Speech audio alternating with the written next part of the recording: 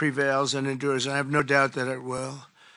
We have another situation like that right now in the Middle East. And Gaza, you might have read a little bit about Gaza.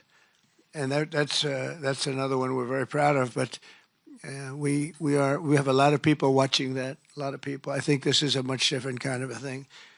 The two countries are getting along really well.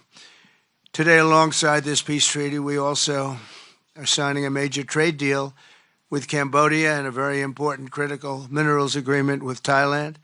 The United States will have a robust commerce and cooperation transactions, lots of them, with both nations as long as they live in peace. And I really feel that when we make deals, we see two countries that we do a lot of business with. We do a lot of business with both of them. We have to use that business to make sure they don't get into wars. But this is going to be a very long peace. So as you know, this is one of 8 wars that my administration has ended in just 8 months. We're averaging one a month. There is only one left. Although I heard that Pakistan and Afghanistan have started up, but I'll get that solved very quickly. I know them both, and the Pakistan, the Field Marshal and the Prime Minister are great people, and I have no doubt we're going to get that done quickly. That one started up a few days ago. And I just feel it's something I can do. I do it nicely. I don't need to do it, I guess, but if I can take time and save millions of lives, that's really a great thing. I can't think of anything better to do. But the 8 wars that my administration has ended in just 8 months, there's never been anything like that. Never. There never will be either. I can't think of any president that ever solved one war. I don't think anybody. They start wars, they don't solve them. So nothing like this has been done in history, and it's an honor to be involved. On behalf of the United States, I'm proud to help settle this conflict and really develop good friendships, including people that work with each team. Look at these very distinguished people, except for my people. My people are much less distinguished, but they're very good. But look, my people understand the joke. But look at these very distinguished people, and I've gotten to know them. I want to thank Marco Rubio for being here, who's great. You always help. He's born for this job. He really was. He was born for this job. Secretary of State Jameson, thank you very much for all you did on helping too. He's the foremost expert on trade, and we're going to be doing another couple of stops where we'll be talking about no war, just pure trade. We'll be talking to President Xi in a day. We'll be stopping at Japan. We'll be stopping at South Korea, and we'll be doing some other things, but they're more related to trade.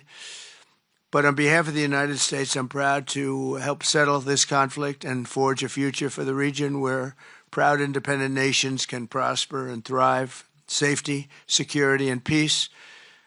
It's an amazing thing that's happened to the United States because a year and a half ago, we were a dead country. We were actually a dead country, and now we're the hottest country anywhere in the world. And when I called you, we were in the process of becoming hot. It's actually quite a while right now, but we were sort of on our way, and we had won the election big in a massive amount.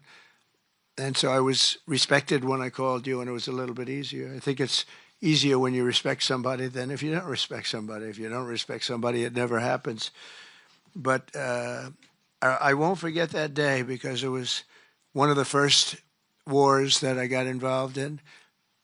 And I love doing it. It's like, I shouldn't say it's a hobby because it's so much more serious than a hobby, but it's something that I'm good at, and it's something I love to do. The United Nations should be doing this, but they don't do it. They don't do it. They turned off my teleprompter when I made a speech. I had to make a speech without a teleprompter. They're good at that. The escalator wasn't working too well. It came to a complete halt. But, the United Nations has such great potential. I wish they could do it. They didn't get involved with us at all. We just did the deal and reported the deal, and everybody was sort of amazed that we got it done so quickly and so nicely.